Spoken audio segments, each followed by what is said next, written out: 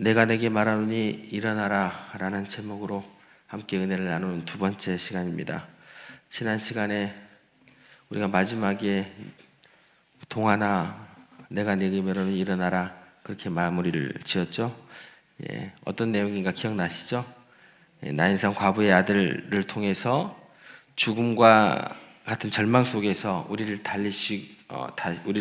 살리시고 회복시키시는 그 말씀의 권능에 대해서 우리가 생각해 보면서 그렇게 말씀의 권능으로 우리를 살리시는 목적이 무엇인지, 개인 또 우리 또 하나님과의 그 관계까지 세 가지 목적을 우리가 살펴봤습니다. 그래서 주님의 말씀이 죽음의 그 단절을 깨뜨리고 또 관계 또 궁극적으로 하나님께 영광을 돌리는 삶으로 이끌어감을 우리가 지난 시간에 살펴봤고, 이 시간에는 예수님께서 죽은 청년에게 하신 그 호칭에 집중해 보려고 합니다. 지난 시간에 우리가 동아나 또 영시나 이런 식으로 이제 마쳤는데 죄송해요. 갑작스럽게 훅 들어가서 그런 식으로 마쳤는데, 이번에는 이제 우리 그 모든 어떤 그 호칭을 청년아에 이제 집중을 하려고 해요. 청년아. 예수님께서 죽어 있는 그를 무엇이라고 부르셨을까? 그 내용은 청년이라고 부르셨고, 그 부르심에 담긴 의미가 무엇일까? 이 두 가지 질문을 가지고 우리가 오늘 은혜를 나누고자 합니다. 예수님께서 나인 성문 앞에서 장례 행렬을 멈추시고 죽어있던 청년에게 청년아 내가 내게 말하노니 일어나라고 명령을 하셨을 때 이제 기적이 일어나게 되었습니다. 그래서 우리가 생각할 것은 이 시신을 향한 청년이라는 호칭하고 죽은 자라는 호칭, 이 대비를 좀 생각을 해보겠습니다. 나는 도대체 지금 어떻게 호칭되고 있는가? 세상은 나를 뭐라고 부르는가? 거기에 대해서 주님께서 나를 뭐라고 부르는가? 이 내용에 대해서 우리가 한번 생각해 보겠습니다. 주님께서 어떻게 이 죽음의 행렬을 생명의 행렬로 바꾸셨을까? 그 누구도 하실 수 없는 이 일을 어떻게 하셨을까? 그 시작은 바로 예수님께서 이 시신을 향해서 청년이라고 부르신 데서 시작되었다라는 것입니다. 그래서 그분이 그 청년을 부르시는 순간 모든 것이 이제 변화되기 시작했다라는 것입니다. 14절 말씀 저희들이 다시 한번 읽어보겠습니다. 가까이 가서 그 관에 손을 대시니 서는지라 예수께서 이르시되 청년아 내가 내게 말하노니 일어나라 하시매.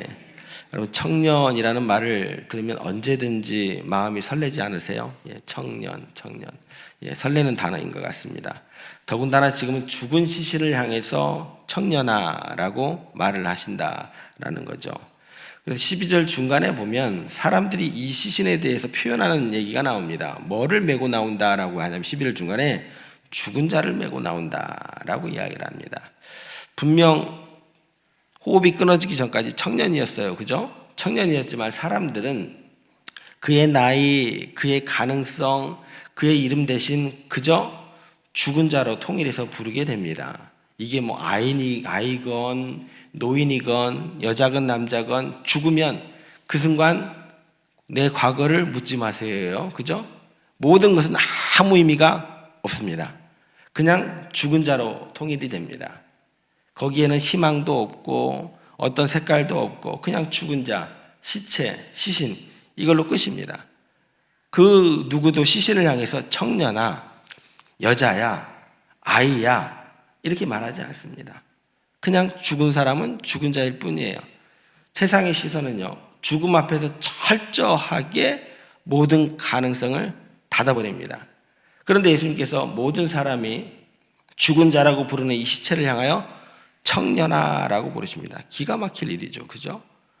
절망만이 가득한 모든 것이 끝났다고 생각하는 그 존재를 향해서 청년이라고 부르시는 예수님의 부르심은 그래서 단순히 호칭이 아니게 되는 것입니다. 그것은 그의 본질을 다시금 살리시고 규정하시고 그의 내일과 미래를 새롭게 이루는 창조적인 선포의 말씀이 되는 것입니다. 세상 사람들은요, 어떤 한 부분이나 한 사건에 대해서 한번 낙인 찍히면요 절대로 안 바꿉니다. 그 부분에서 그 분야에서 죽은 자로 여기면 절대로 다시 인정하는 법이 없어요. 한 번 실패하면, 한 번 실수하면, 한 번 넘어지면 그 사람에게서 끝났다, 희망 없다고 낙인을 찍고 묻지도 따지지도 않아요. 대화도 안 합니다. 그냥 어떻게 돼요? 땅속으로 데려가는 것처럼 느껴지니까 이걸 뭐라 그래요? 사회적으로 매장한다라고 이야기를 해요. 예. 땅속으로 데려가 버린 듯해요. 매장한다라고 이야기를 합니다. 이게 가족조차도 때로 말리지 않습니다. 이게 이제 우리가 살아가는 인생의 비극이다라는 거예요. 여러분, 우리가 한 번 실수한 것 때문에 그 사회에서 매장당한 것을 얼마나 많이 경험하는지 모릅니다. 그 때문에 얼마나 많은 상처가 우리 가운데 난무하는지 몰라요. 나는 이제 끝이야. 이 분야에서 나는 완전히 죽은 자야 라고 생각을 하는데, 예수님께서는 뭐라고 하시냐면 그 절망의 자리에서도 우리를 향해서 청년아, 청년아 그렇게 불러주신다라는 거예요. 세상은 낙인 찍지만 주님께서는 우리의 가능성을 보신다라는 거예요. 아직도 창창하다는 거예요. 여러분, 우리가 사람들과 어울려 살면서 가장 가슴 아픈 것이 낙인을 찍히기도 하고 낙인을 찍힘 받기도 해요. 나는 낙인 찍는 사람이야. 절대 그러진 않아요. 내가 낙인을 찍힘을 받기도 해요. 그런데 우리 주님은 거기서 우리를 모두를 자유케 하기를 원하신다라는 거예요. 더구나 가슴 아픈 게 뭔 줄 아세요? 이런 낙인 찍힌 일이 죽은 자 취급을 하는 것이 세상 일이 아니다라는 것입니다. 교회 안에서마저도 진행이 된다면 이것처럼 서글픈 일이 없게 됩니다. 그런데 그것이 안타깝게도 교회 안에서도 현실이 될 때가 있습니다. 한번 보겠습니다. 15절 말씀 보겠습니다. 같이 한번 읽겠습니다. 죽었던 자가 일어나 앉고 말도 하거늘 예수께서 그를 어머니에게 주시니. 여기 보시면 이제 예수님께서 청년아 일어나라 해서 그 청년이 일어났어요. 그런데 이 책의 기자가 누가라는 기자입니다. 이 성경 기자가 살아나고 난 직후의 모습을 묘사하면서 여전히 그를 뭐라고 불러요? 죽었던 자가라고 표현을 하고 있습니다. 살아났잖아요. 그럼 청년이잖아요. 그러니까 그 청년이라고 하든지 또는 뭐 과부의 아들이 뭐 이렇게 표현해도 됩니다. 아니면 그 청년이 죽었다 살아났으니까 유명할 거 아니에요. 그 이름을 다 알 거 아니에요. 죽었다 살아날 정도로 나사로처럼 유명할 거 아니에요. 그러면 그 이름을 알 거 아니에요. 그러면 아무개가 뭐 이렇게 기록을 해도 되잖아요. 그런데 누가라는 기자는요, 크리스찬이면서 지금 뭐라고 표현을 해요? 집요하게 죽었던 자예요. 죽었던 자요. 과거의 상태를 언급하고 있어요. 가슴 아픈 이야기입니다. 그죠? 한번 죽었던 자면 영원히 죽었던 자는 아닌 거잖아요. 그리스도 안에 있으면 새로운 피조물이라. 이전 것은 지나갔으니 보라색 것이 되었다다. 새 사람이 되었잖아요. 변했잖아요. 회개했잖아요. 새 마음을 갖고 새롭게 출발하고 있으면 인정해 줘야죠. 왜 죽었던 자라고 하냐는 거예요. 청년아, 예수님 말씀 따라서 예수님이 청년으로 불렀으면 청년으로 호칭을 해야 될 거 아니에요. 그런데 집요합니다. 옛날에 그 사람이 어땠는 줄 알아? 옛날에 그 사람이 그랬어? 옛날에 가진 것이 하나 없는 빈털털이었어? 옛날에 아픈 사람이었어? 옛날에 성격이 아주 베베베베 꼬인 인간이야? 옛날에 형편없었어? 옛날에 모든 사람이 포기했던 인간이야? 이렇게 꼬리표를 붙여놓더라는 거예요. 예수님이 청년이라고 그랬으면 아무리 시체였던 사람도 청년이라 불러야 되는 게 마땅치 않습니까? 교회에서 이러면 안 되죠. 이 세상에 희망이 없어서 교회로 왔는데 교회에서 그러면 탈출구가 없는 거잖아요. 그런데 우리들이 그런 아픔을 주고받고 경험을 하게 되더라는 거예요.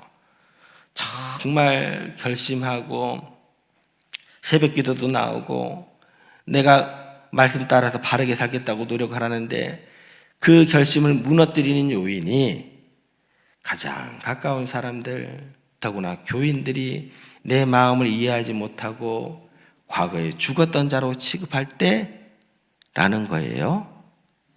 목사들이 그렇게 취급하던 거라는 거예요.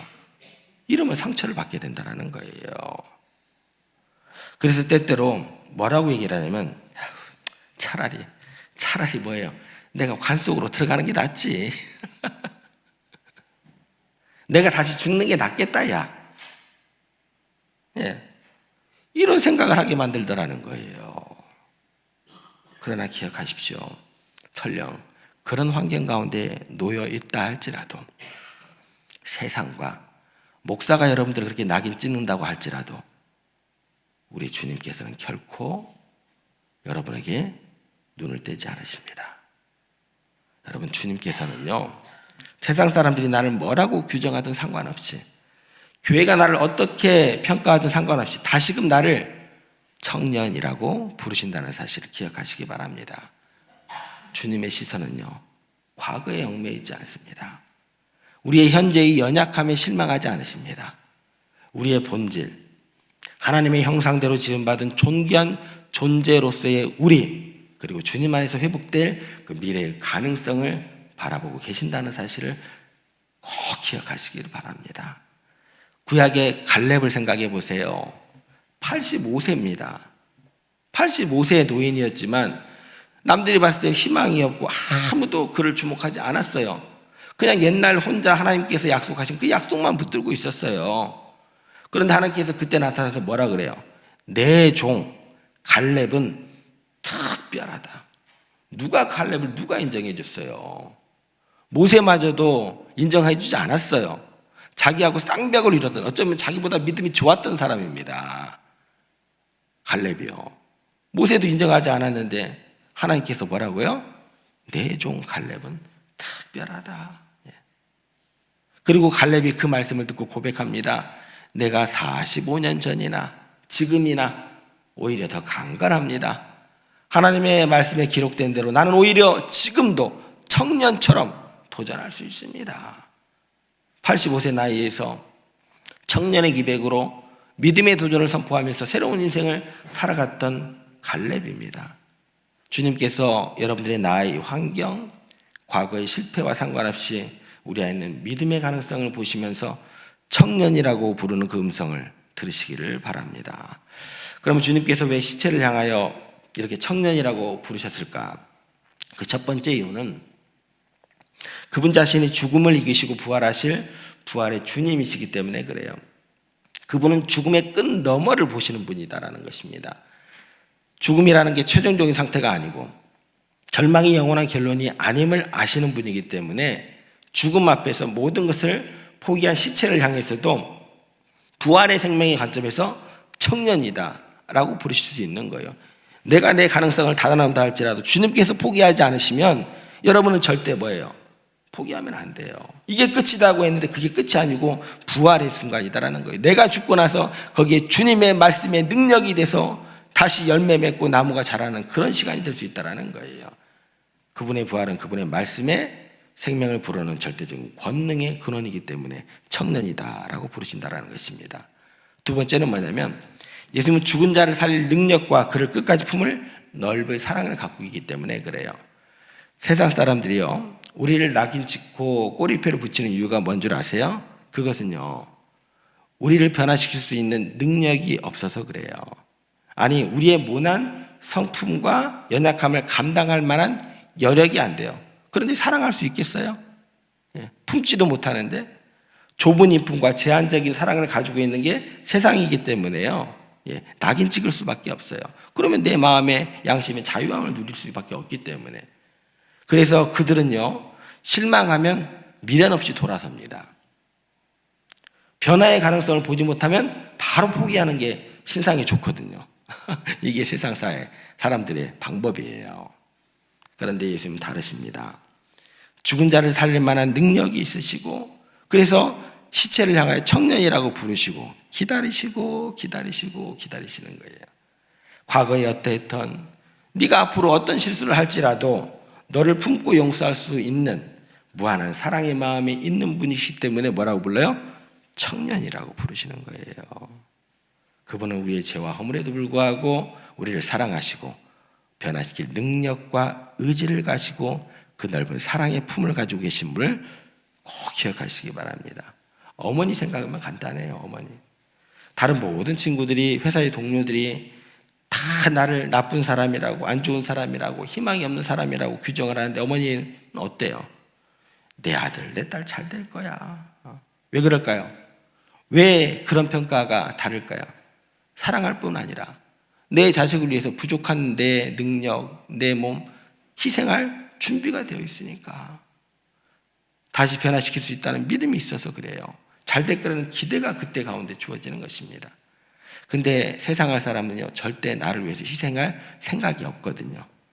그리고 희생한들 나를 변화시킬 능력도 없거든요. 그렇기 때문에 죽었던 자다라고 뼈를 붙일 수밖에 없다. 그러니까 그런 세상 이상하게 여기시면 안 돼요. 세상이 그렇구나. 예, 그렇게 인정하셔야 된다는 것입니다. 하지만 주님께서 오늘 여러분에게 미래를 열어놓으십니다. 죽은 시체를 향하여 청년이라고 부를 정도면 여러분들 같이 노래도 잘하죠. 또 건강하죠. 또 물질도 있죠. 얼마든지 위대한 미래를 주님께서 열어놓을 수 있다는 것 기억했으면 좋겠습니다. 여러분, 주님은 당신 자신도 곧 시신이 되실 수 있는 그런 시간이에요. 그런데 거기서 부활할 분이시다는 걸 잘 알았기 때문에 우리의 미래의 모습이 오늘 이 청년의 운명을 바꾸어 놓는다는 것을 꼭 보여주고 싶은, 예수님은 이제 아직 십자가에 달려 돌아가기 전이니까 그 모습을 확증해 주고 싶은 그런 장면으로 이해하시면 좋을 것 같습니다. 그래서 주님과 이 청년이 하나가 되듯이 우리도 주님과 함께 세례받음으로 그분과 하나가 된 존재임을 믿으시고, 그분이 모든 저주와 배신과 절망 가운데 죽으셨지만 다시 부활하여서 영광스럽게 노편을 받은 것처럼 우리 그리스도인들도 반드시 하나님께서 우리를 영광스럽게 하실 날이 있을 줄 믿으시기를 바랍니다. 그리고 더 하나 위로가 되는 것은 뭐냐면, 확고한 소망 가운데 우리가 거할 수밖에 없게 되는 이유가 뭐냐면, 이 시신이요, 청년으로 일어나 새로운 인생을 출발할 수 있었던 이유가 놀랍게도 전적인 하나님의 주님의 은혜였기 때문이다라는 거예요. 여러분, 시신이 뭐를 할 수 있어요? 내가 하나님 앞에서 제가 절망 가운데 있습니다, 제가 죽은 자 같습니다 라고 고백할 때 여러분들이 할 수 있는 게 뭐가 있을까요? 시신이 뭘 할 수 있을까요? 시신이 지금 선을 행했을까요? 뭐 고행을 행했을까요? 아니면 뭐 치료비를 냈을까요? 이 청년이 한 게 있어요, 없어요? 아무것도 없습니다. 이 약속이라는 것은 그래서 확고한 거예요. 흔들림이 없는 거예요. 예. 아무것도 할 수 없었던 시체였어요. 그런데 말씀이 능력이 임하고 난 다음에 청년이라고 부르심에 대해서 그 말씀의 역사가 현실이 되었다는 거예요. 여러분, 뭔가를 좀 잘하면 여러분 청년으로 좀 부림받고 좀 뭔가 좀 하나님께서 더 역동적으로 여러분을 이끌어 가실 것 같으세요? 그러시면 안 됩니다. 오직 뭐예요? 예수 그리스도의 은혜로, 그분의 부활의 능력으로 이 청년이 온전하게 되었다. 꼭 기억하시기 바랍니다. 그렇다면 여기에 하나님께서 여러분들을 왜 불러 모으셨겠냐? 오늘 이 말씀 우리 가운데 왜 주셨을까요? 여러분 자신에게 절망하고 포기한 인생에 주님께서 다시 외치시기를 원하시는 거예요. 그 자리에서 일어나라. 아직 기회가 있다. 너는 청년이다. 이 말씀 듣고 여러분 다시 한번 도전하시기 바랍니다. 더 이상 끝이라고 쉽게 얘기하시면 안 돼요. 예. 이건 절망이라고, 이건 아무것도 아니라고, 이건 사망이라고, 허무하게 끝났다라고, 그게 아닙니다. 전능하신 주님을 만나시면서 어느 날인가 그분의 말씀이 여러분의 마음에 새겨지기만 하면, 들리기만 하면 그때부터 다시금 거듭난 사람으로 아름다운 삶을, 또 하나님께서 기뻐하시는 삶을 살아가게 될 줄 믿으시기를 바랍니다. 그런 사람을 이야기를 하려면 성경에 끝도 없이 이야기가 되어집니다. 그래서 더 이상 죽은 자도 아니고 죽었던 자도 아니고 여러분 청년이 된 줄 믿으시기를 바랍니다. 주님께서 부르시면 부르시는 그대로 될 줄 믿으시기를 바랍니다. 지금 주님께서 여러분의 현재의 모습이 아닌 그분 안에서 창조될 여러분의 영광스러운 내일과 미래를 보시면서 오늘 여러분의 이름을 부르십니다. 그 권능의 부르심 앞에서 과거를 떨쳐버리고 다시 새롭게 출발하는 여러분들, 청년성을 회복하는 여러분들 되시기를 주님의 이름으로 축복합니다.